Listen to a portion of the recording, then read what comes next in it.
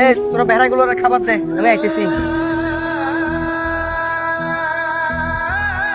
কিরে সঞ্জিত, তুই কি করতেছস ভাই আমার?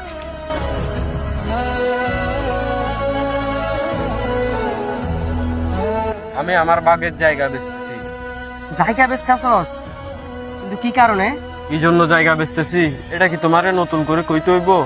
তোমার আমি কবে থেকে কইতেছি আমার প্রত্যেকটা বন্ধুর বাইক আছে, আমার একটা বাইক কিনে দাও। তুমি বাইক কিনে দিছো? দাও নাই। এই কারণে আমি বাধ্য হয়েছি আমার বাগের জমিন বিক্রি করতে। আমি তো তোর ভালোর জন্যই তোর বাইক কিনে দিই না।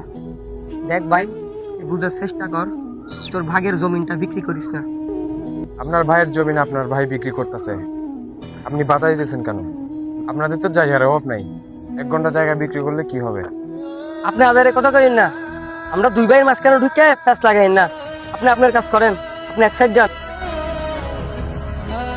ভাই তুই বুঝার চেষ্টা কর, তুই আমার একটা মাত্র ভাই, ভাগের জমি বেচছে বাইকটা কিনিস না।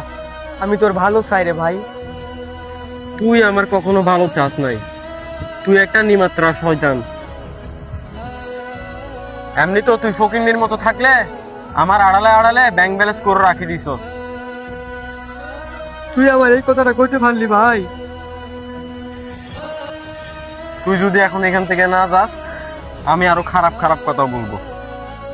ঠিক আছে, তোর জমি বেচার দরকার নাই, তুই আমার 2টা দিন সময় দে, তোর আমি খামারাতে 2টা গরু বেচছে তোর আমি বাইক কিনে টেহা দিমু।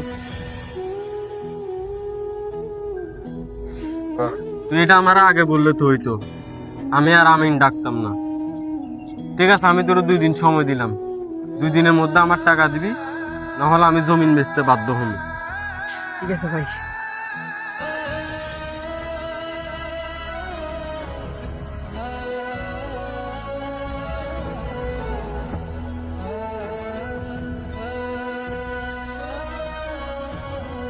এ বন্ধু, 2 দিন ধরে দেখতেছি তুই এখানে মনমরা হয়ে বসে আছস। তুই নাকি নতুন বাইক নিছস? কোথায় বন্ধু বান্ধব নিয়ে ট্যুর দিব? তোকে বন্ধু বান্ধব কল দিলে কলটা ধরস না, উল্টা আরো বন্ধু বান্ধবের কলটা কেটে দেস।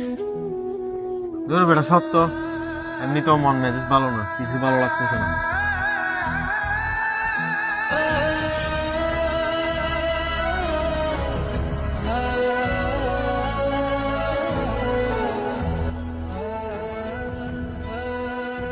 ভাই,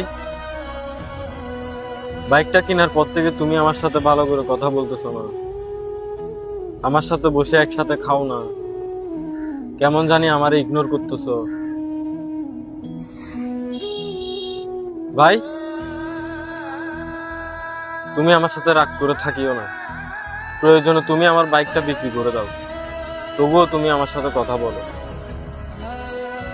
ভাই কোন মুখ নিয়ে তোর লগে আমি কথা কমু?